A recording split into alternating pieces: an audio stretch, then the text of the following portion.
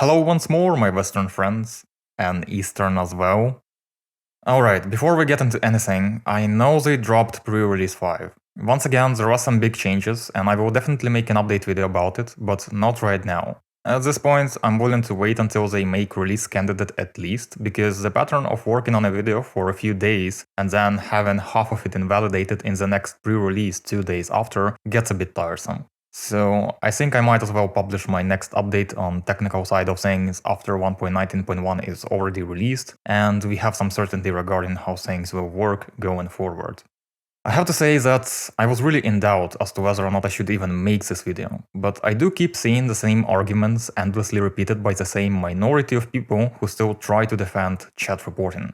Normally I would just not care, I mean, someone's bound to have unpopular opinion, right? But things are a bit different here.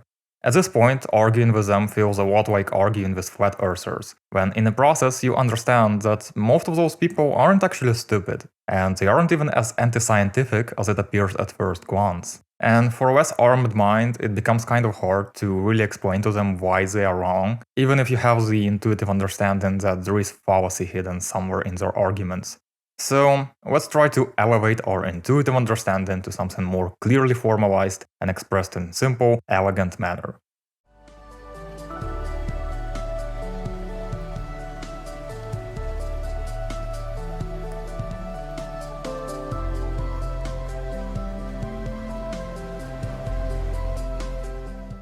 Let's start with Xisuma Void, who have already made a couple appearances in my videos. His case is interesting because even though he made some kind of apology video, he didn't actually back away on most of his arguments. Even in that video, he still takes a very careful approach. Ultimately, I couldn't help but feel that he is really confused by why exactly he got this kind of response from his audience in the first place. It was definitely not what he expected, and I'm inclined to think that his case is really an absence of understanding rather than blind trust to imaging. Initially, he wasn't very eloquent in terms of expressing his opinion at all. In video about snapshot 22W24A, he says, "And what I will say about all of this is that moderation itself is a tool, and a tool can be used in a variety of ways, and I'm hoping that Microsoft and Mojang can use this in the best way possible."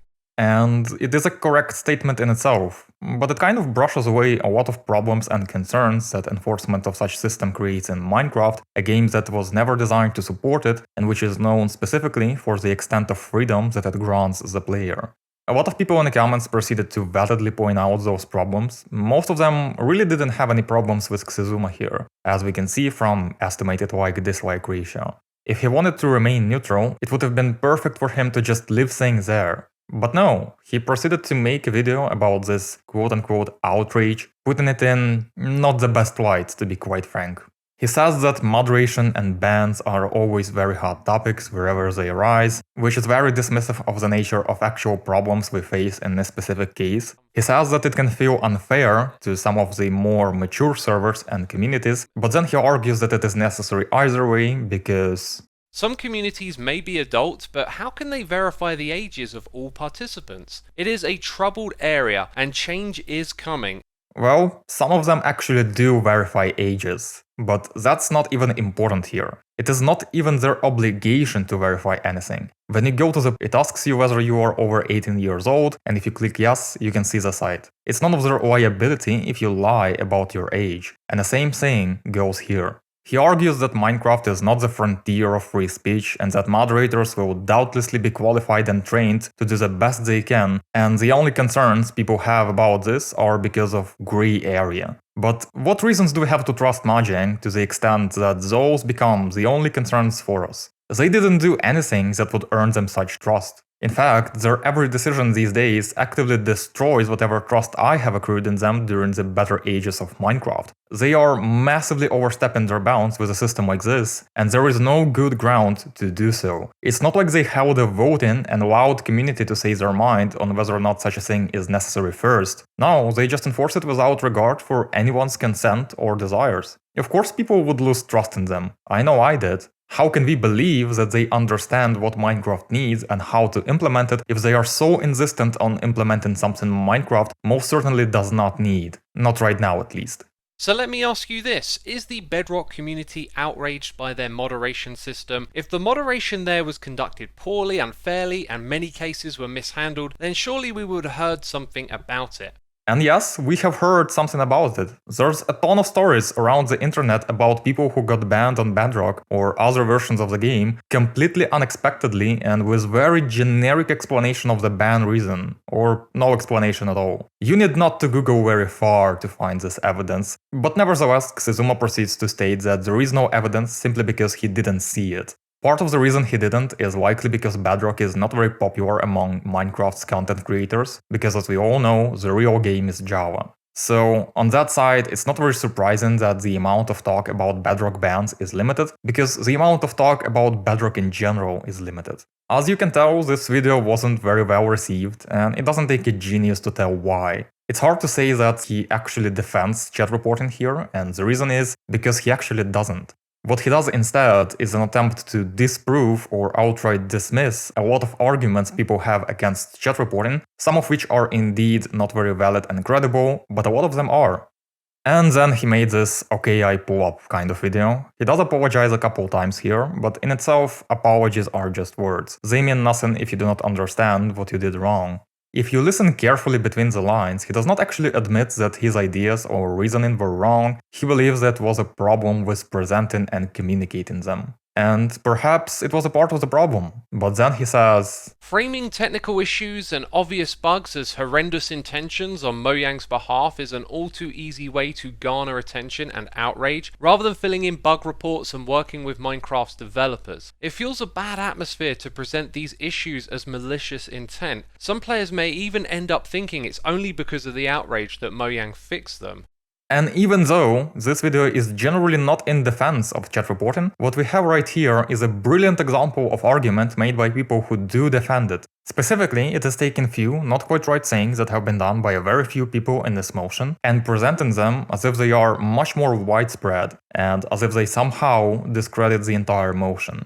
Now, I don't know if this statement he makes is somehow related to my videos, but I find it very unlikely. I have never tried to postulate the nature of these bugs and exploits that reporting system has, and the reason is because I thought it was completely obvious. In their majority, they are perfectly explainable by conventional incompetence. Incompetence, the scale of which should not be acceptable for a company such as Mojang in creating a tool that bears such an important purpose and that will literally decide who is allowed to play multiplayer and who is not. Also, why would I want to collaborate with Mojang's developers and help them fix these bugs? First, it's not like they're paying me a wage or something. Second, the problem here is that they are trying to fix issues nobody asked them to fix, and improve a system nobody wants to see a part of this game, alright? They're trying to solve non-existent problems. Seeing those bugs addressed gives a bit of reassurance, but I would get much more if there was no chat reporting from which those bugs and exploits arise. The rest of his video is basically just going over articles that Mojang have released, covering the changes in pre-release 2. Closer to the end we finally get our "so I listened" saying promised in the title, where he goes on to say that he does agree chat reporting may not be quite right due to lack of historical context Mojang receive in comparison to what server admins have, especially in long-running communities. There's also the issue with power-hungry moderators, which will always exist in any kind of moderation system. Those are all valid points, but again, I cannot help but feel that he's very infirm with backing away on some incorrect arguments. A lot of this is said backwards, and the ultimate impression is indeed as if he is still not quite certain on what has gone wrong with his previous video, and he just makes some educated guesses about what it could have been. And you know, just keep in mind that I'm not trying to offend Xisuma here. I have watched his snapshot videos for a couple years by now. He does produce some good content, and generally, I don't have any reasons to believe he isn't a good person. But being a good person does not automatically make all of your opinions justified and correct. I think it's important to realize this, as well as the fact that it applies in the opposite direction as well. Just because someone is saying something that isn't quite right or valid does not automatically make them a bad person. I do believe that in times like these, when some people in community disagree on how things should be handled, we should remind ourselves that there is no reason to consider those people our enemies, and not hold a respectful conversation that can actually help someone understand something. Speaking of respect, let's take a look at a video put together by none other than Kenny TV, the paper developer. I cannot speak for the quality of paper as server software, unfortunately, because the last time I worked with any server software was way back in the days of 1.7, when we had things like Cauldron and Thermos. But it seems quite popular and was maintained for a long while, so I'm pretty sure that if this guy made it, he knows a thing or two about Minecraft code. I have also read his little article on GitHub, and I must say, I do have some respect to him as a professional. He has done some great work here, he has put together this nice infographic that very well illustrates a lot of details of how chat sign-in works. If you ask me whether his research is credible and you can safely cite it, I will say yes, absolutely. But even in this paper, the problem is, where does research end and opinion begins? Because there is a lot of opinion here, and a lot of statements that are either directly quoted from Majing's FAQ on chat reporting, or are derived from such. So he basically wants you to trust Majing's word on how chat reporting will work, and believes that the only people who will be affected by it are bad people who have done something worse punishment. But what reasons do we have to believe that? What evidence do we have that would back up such extraordinary claims? He simply doesn't say. And it is a trend that largely continues in his 17-minute long video that he have put together to discuss chat reporting. Before I say anything else, I actually encourage you to go and watch that video yourself and try to make up your own mind about what he says, and then we'll compare our results. If you want to, of course. You can stick here for the gist if not. So, the thing is, he does make a lot of reasonable statements in his video. Let me give you a couple examples before we get to dismantling unreasonable ones. What people like Xisuma and DocM are definitely rightly criticizing is Mojang's communication, or rather lack thereof. The initial reporting feature was explained way too poorly and then way too late again. The clarification regarding report reasons also came too late, and since going back to pre-releases, we have heard little of their actual plans going forward. Indeed, that's a big part of the problem people do have with chat reporting. At this point, Mojang expect our trust in their benevolent intentions without explaining anything. Yes, they wrote those articles and made their promises, but it was all very late, and even then, I find their communication very lackluster. Now, a more worrying of a theme is people actively misleading their fanbases.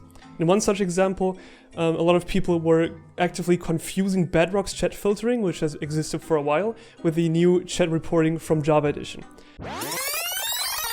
Phoenix SC, on the other hand, took it a step further. In his tweets, YouTube videos, and Twitch streams, he made the distinction between Bedrock and Java extremely vague, letting you basically believe that such a chat filtering is already in Java Edition or is definitely coming to Java Edition. Yeah, this is valid. It must be admitted that there was a lot of misinformation about chat reporting and what changes are coming to Minecraft as part of 1.19.1 in general. This is something we have to work on, and by we, I mean people who fight against chat reporting. After all, in order to make our message to Majin clear, we have to understand what we are talking about. We won't get anywhere if we believe into threats that weren't real to begin with. Those are not the only reasonable arguments he makes, just a couple ones that are the easiest to highlight with minimal context. But the problem is that there's a lot of questionable or outright invalid ones as well, so let's take a look at them. People on the modding side of things also found issues, specifically security issues, as far going as you being able to fabricate completely non-existent context around a message,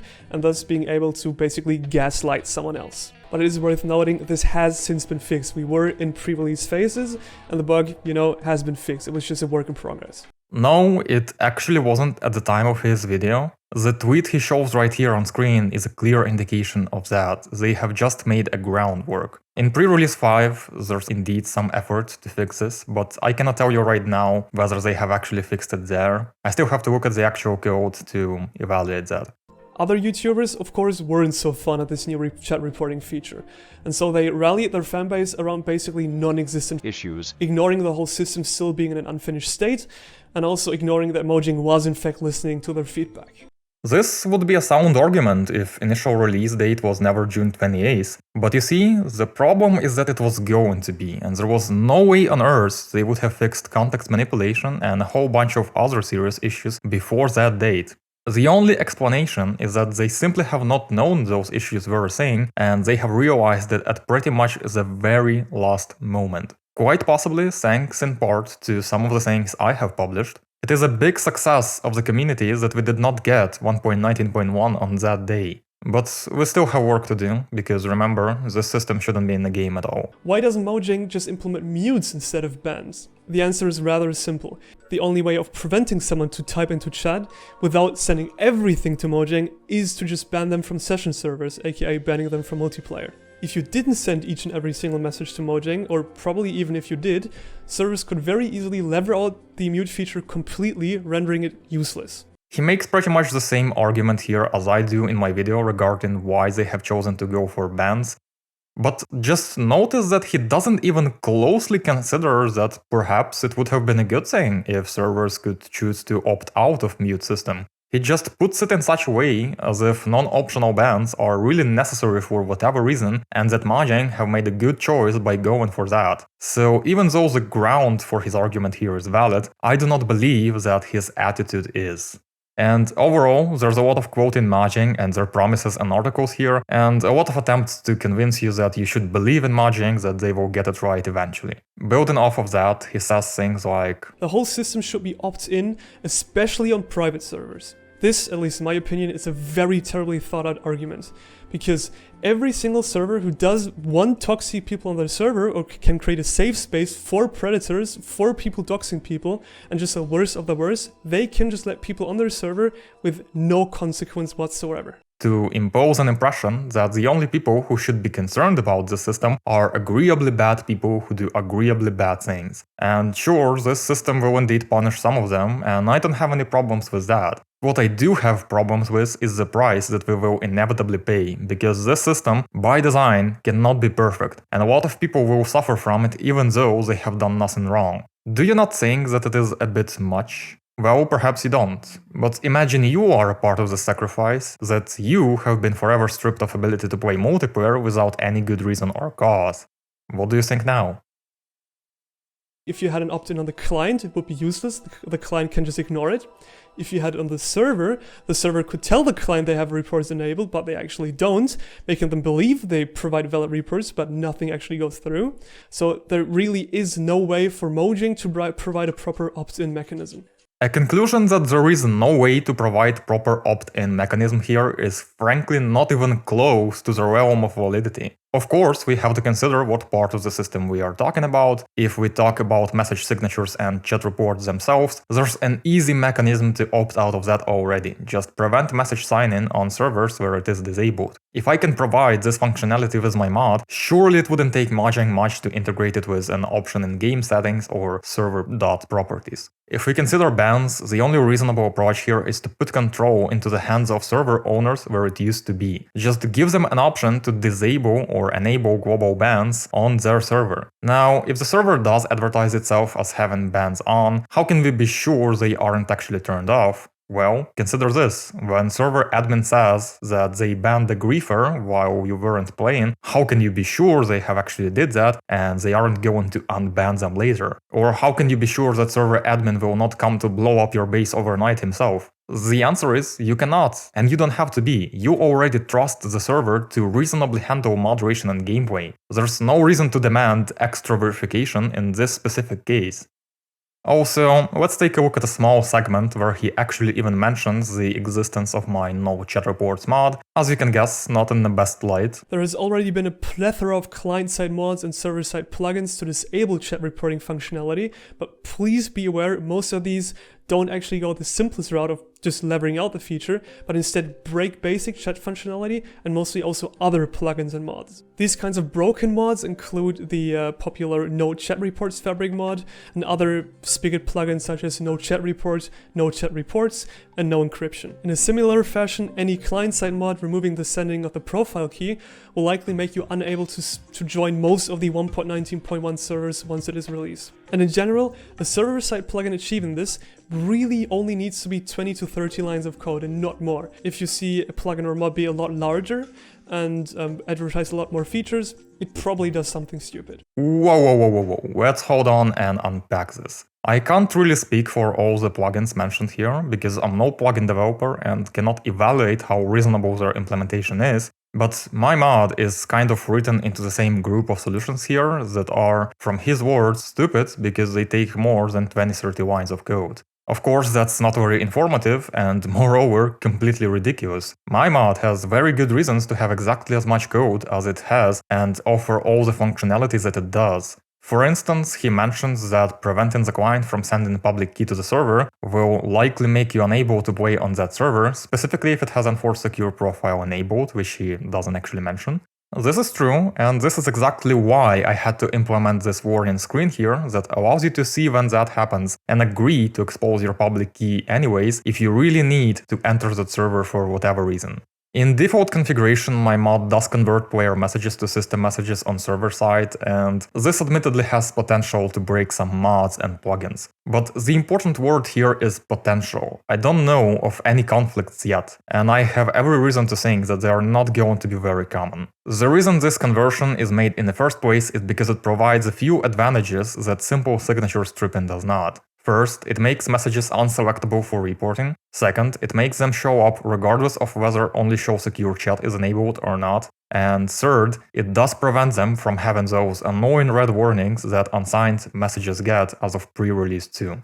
And all that is without requiring the mod to be installed on the client. So, it works that way by default, not because I don't know of problems this might create, but because I have acknowledged them and decided that advantages are worth it. But you can easily configure it otherwise if it doesn't work for you that way. That's why I have this configuration file after all, to make null chat reports a flexible solution that can fulfill different requirements depending on what you want. Kenny would probably have known all that if he at least looked at my codebase, but he didn't even look as far as project files because he would have known then that my mod is available for Forge as well, not exclusively for Fabric as he claims. And just in case you've been in doubt, there's a lot of people in the comments who point out valid problems with some of his arguments or other problems that surround chat reporting, some suggest possible solutions. There's a lot of constructive discussion going on here, and nothing like he claims in the video itself to be happening with most of this quote-unquote drama.